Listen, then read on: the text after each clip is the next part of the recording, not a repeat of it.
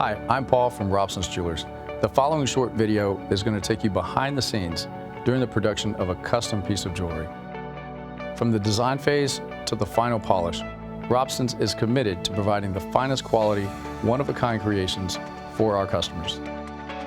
Let's get started. Every custom piece starts with the design. We may sketch out a drawing by hand or get right to work rendering your piece with CAD software. This stage of the process is a time to visualize various design elements, metal types, or even try out different colors or shapes of gemstones. We might go through several different versions before deciding on the final design.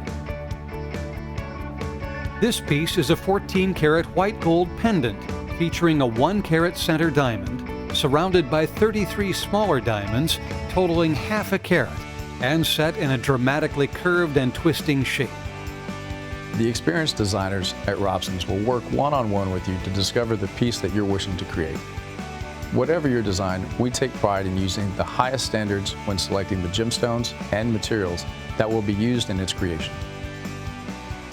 Once you've signed off on the design, the next step is to create a wax model of the piece.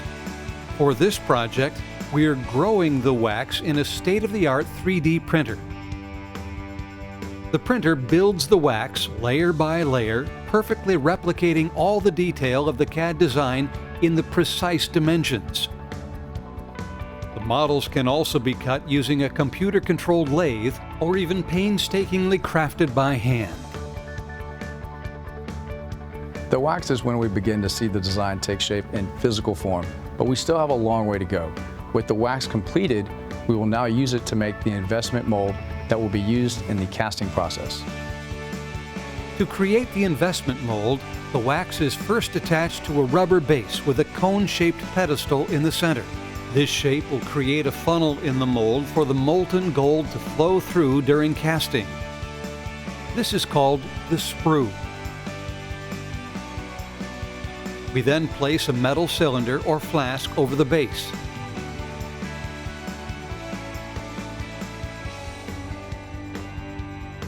Investment compound must be carefully mixed with the correct amount of water before it can be poured into the flask. When fully blended together, the end result is a plaster-like substance which will form the basis of our mold. A vacuum machine is used to remove all the air from the investment. Air bubbles left in the investment can lead to tiny defects in the metal casting.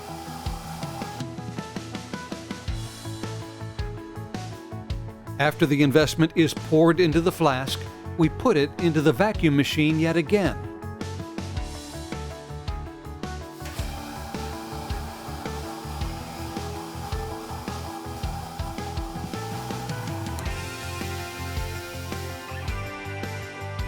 Once we're sure that all the air has been drawn out, we allow the investment to dry.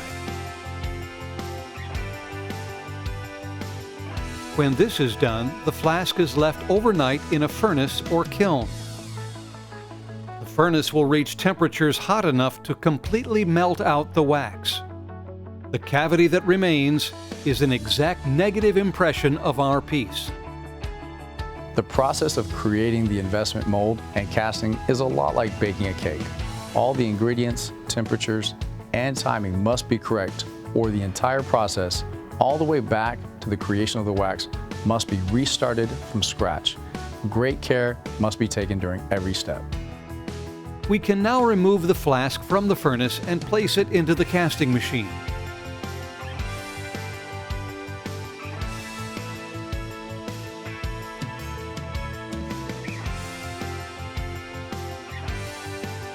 The gold used in jewelry making is typically a mixture of pure gold and other alloys. The mix is carefully weighed and placed in a ceramic crucible. We add borax to the mix to remove any impurities.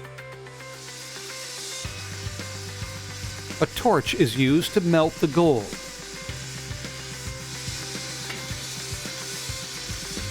With this machine, centrifugal force pulls the molten gold from the crucible into the flask, filling the cavity of our mold.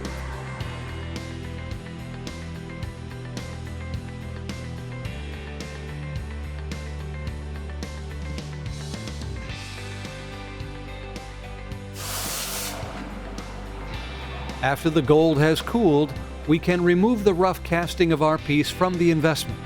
This takes water, brushes, and a bit of elbow grease. With the rough casting complete, our piece is moving closer to its destination. Now it's off to the jeweler's bench and polishing wheel to complete the project. At the jeweler's bench, we remove the sprue and clean up the rough casting. Using small polish wheels, we even out the metal surface and remove any scratches or imperfections. A variety of burrs and other small tools are used to carefully set our gemstones. A steady hand and a confident state of mind are equally important tools of the bench jeweler.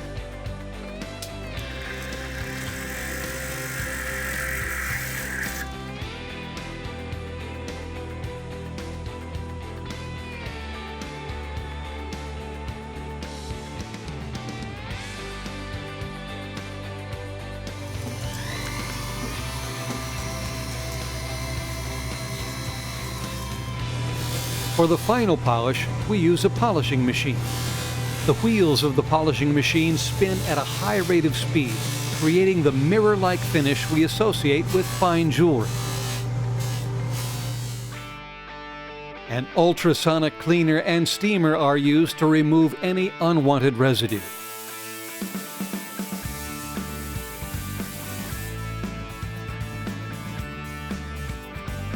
Since our piece is white gold, as a final step, we will plate the surface with rhodium, a white alloy.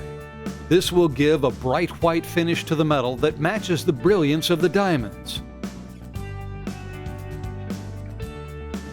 Our custom piece is finally complete and looks absolutely beautiful. It's ready to be worn and loved for years to come. Creating a custom piece of jewelry requires a lot of specialized equipment and knowledge, but one of the most important skills is experience. At Robson's, we've been handcrafting custom jewelry from scratch since 1926. We hope you've enjoyed this brief look at one of the most rewarding and inspiring parts of the work that we do. We invite you to come in and discuss how we can design and create your very own masterpiece.